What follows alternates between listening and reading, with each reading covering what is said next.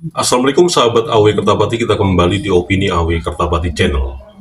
Seperti apa yang diutarakan oleh Gus Fuad Pleret mengenai Raffi Ahmad berbondong-bondong dengan pasukannya mendatangi Rizik Syihab. Awam pasti akan menyimpulkan bahwa pendapat Gus Fuad ini kok seperti ini, kok nyeleneh seperti ini. Bukannya ya boleh-boleh saja siapapun juga untuk bersilaturahmi ke Rizik Syihab. Entah dia mengakui bahwa Rizik Syihab itu sebagai keturunan Nabi atau tidak, itu kan persoalan lain. Tapi yang namanya silaturahmi kan sah-sah aja. Nah, ini buat yang pro sebagai penggemar dari Raffi Ahmad. Tapi sebagai orang yang kritis, ya dikatakan kritis ini adalah orang yang benar-benar jujur gitu loh, untuk mengingatkan kepada Pak Presiden Prabowo Subianto. Karena Raffi Ahmad ini kan masuk dari tim khusus dari Kabinet Merah Putih Prabowo Subianto. Nah, ini ada apa sebetulnya? Kok bisa terjadi seperti ini? Terlepas dari banyak orang yang memang sah-sah aja mendatangi Rizik Syihab, toh namanya silaturahmi. Nah, coba kita ungkap yang sebenarnya, yang mudah-mudahan Anda juga sepemahaman dengan pikiran saya dan juga dengan pendapat dari Gus Fuad Pleret. Kita simak. Salam Pancasila Merdeka. Sabtu kemarin katanya putusan khusus Presiden bidang generasi muda yaitu artis Raffi Ahmad mendatangi Rizik Syihab dan katanya minta nasihat. Oke, komentar saya ya, dasar monyet loh. Apa kamu nggak paham, Raffi? Siapa Rizik Syihab? Rizik Syihab itu kan imam besar FPI. FPI itu Gus Dur bilang organisasi bajingan. Berarti Rizik itu imam besar bajingan. Sudah.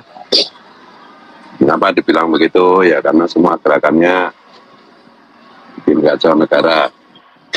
Ya mencita-citakan apa khilafah Islamnya di Indonesia.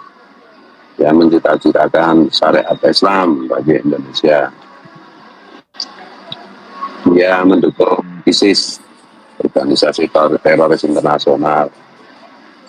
Sekaligus dia ditengarai bonekanya intelijen barat untuk mengacau Indonesia. Anak buahnya sampai hari ini kelakuannya bisa dilihat. Kayak di misalnya ya, salah satu contoh itu misalnya saya diundang di Malang aja, dihadang anak buah Rizik itu. Setiap saya diundang, dihadang. Misalnya gitu salah satu.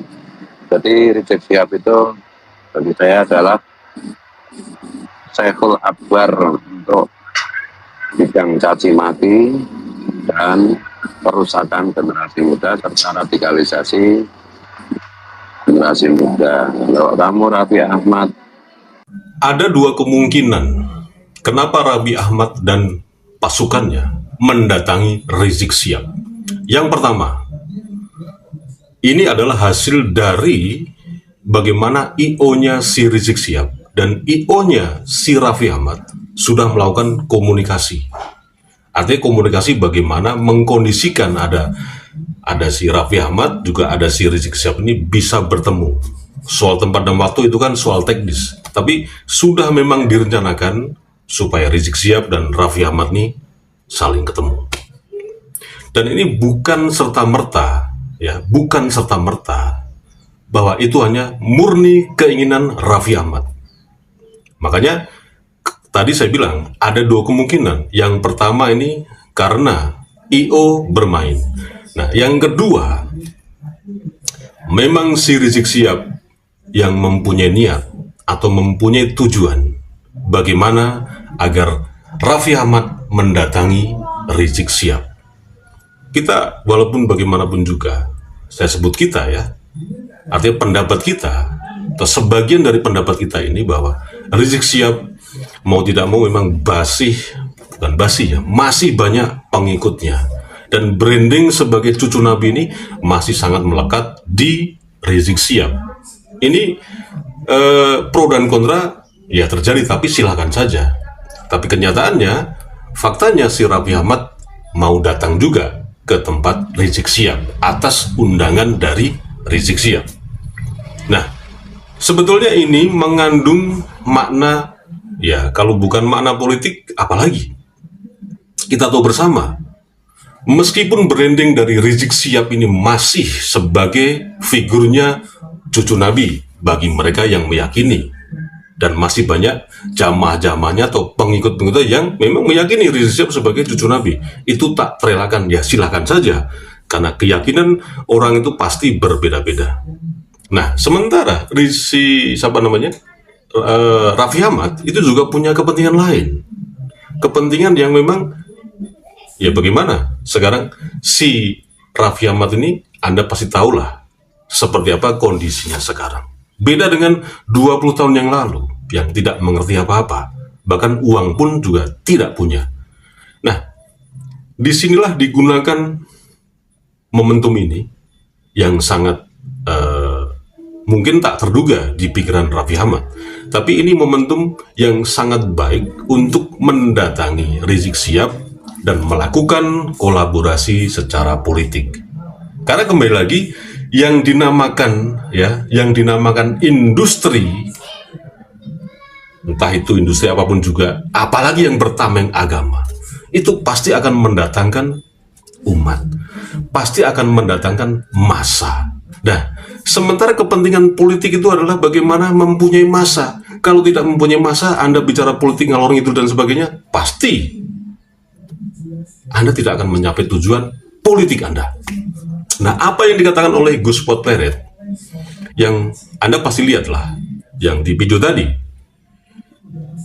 ini juga yang saya pahami adalah bahwa Raffi Ahmad dengan gayanya seperti itu, yang mungkin saja polos, mungkin saja dilihat oleh para penggemar-penggemar dan pengagum-pengagumnya, wah luar biasa.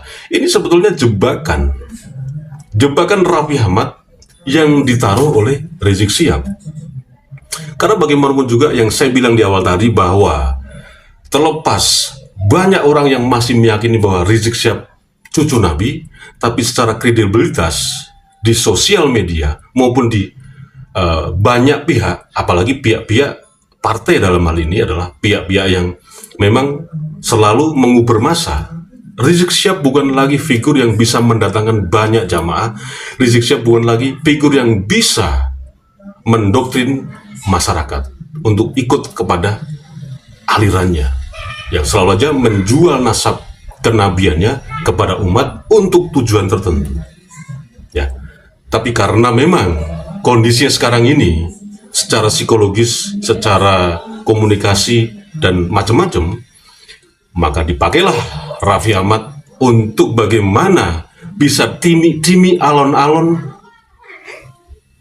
punya posisi di kabinet merah putih. Artinya Rizik Syihab sekarang ini bagaimana caranya untuk bagaimana ya terus melakukan upaya-upaya komunikasi politik agar bisa dirinya masuk di jajaran paling tidak sebagai orang terdekat Prabowo Subianto. Nah, dimanfaatkanlah si Raffi Ahmad yang kelihatannya polos. Tapi nanti dulu, kepolosan ini ya karena penggemarnya memang ya kita tahu lah seperti apa penggemarnya.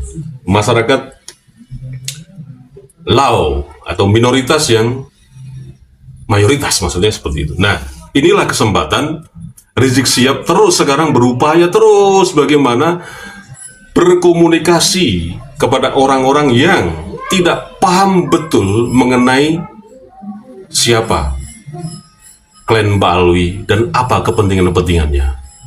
Tapi sekali lagi, karena memang Raffi Ahmad ini lebih menekankan kepada moral penggemarnya sehingga tidak paham.